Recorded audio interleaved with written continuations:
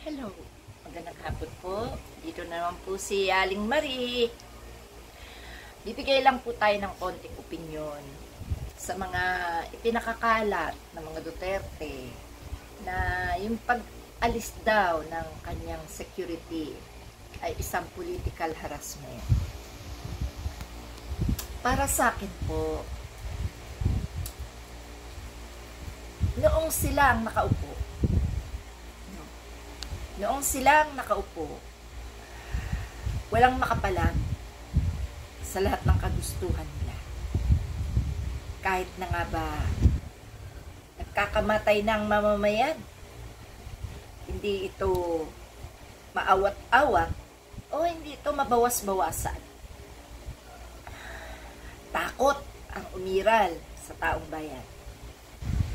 Pero ngayon, nang maupo si Bongbong Marcos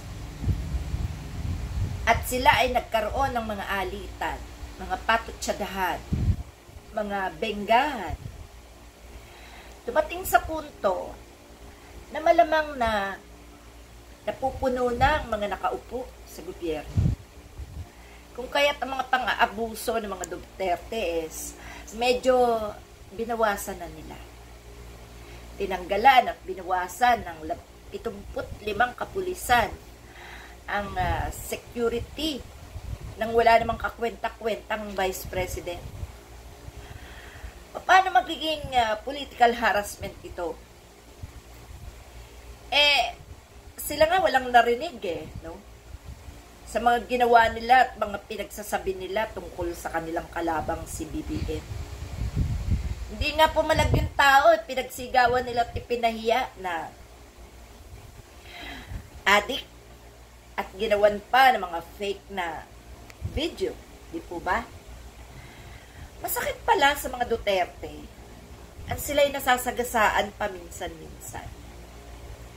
Alam mo, Sarah, and yung mga kasama mo na umaangal, dapat lang sa inyo yan.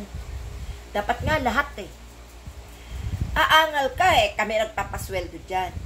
Kaming mga mamamayan na pinagkukunan nyo ng pampasweldo dyan sa mga sarili nyong bantay. Wala kayong pinagkaiba dun sa mga ganid gaya ng mga ibang nanunungkulan sa isang mababang pamamahala.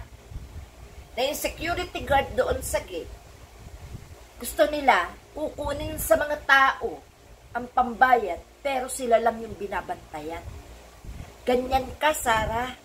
Ginagaya ka nila. Bad influence ka, sa totoo lang. Alam mo, ikaw, hindi lang 75 kapulisan ang dapat inalis sa'yo. Dapat lahat. Kasi balitang-balita kayo sa katapangan.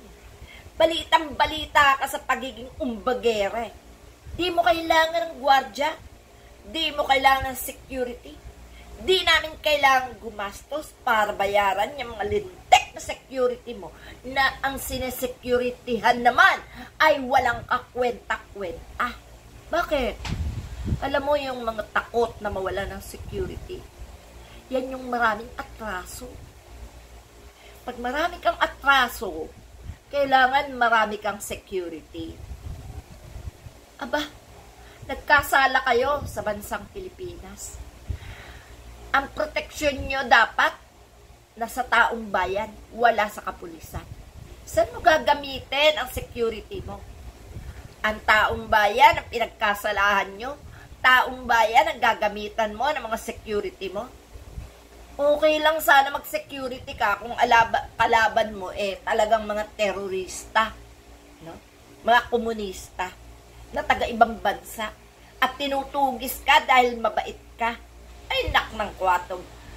Nagkaroon ka ng security kasi alam mong walang hiya ka Kaya dapat lang, lahat ng security mo, tanggalin sa'yo. Lumaban ka mag-isa. Ipagtanggol mo mag-isa ang sarili mo. Ha? Ganun lang yon, Sarah. Kaya huwag kang umangal. Dahil lahat kami, buong bayan, ay natutuwa na ikaw ay unti-unting inaalisan ng security. Kasi wala ka namang nagawa. Hanggang yabang lang kayong mag-ama. Wala kayong nagawa. No? Ang matapang, hindi kailangan ng security. Okay ba? Okay. Thank you.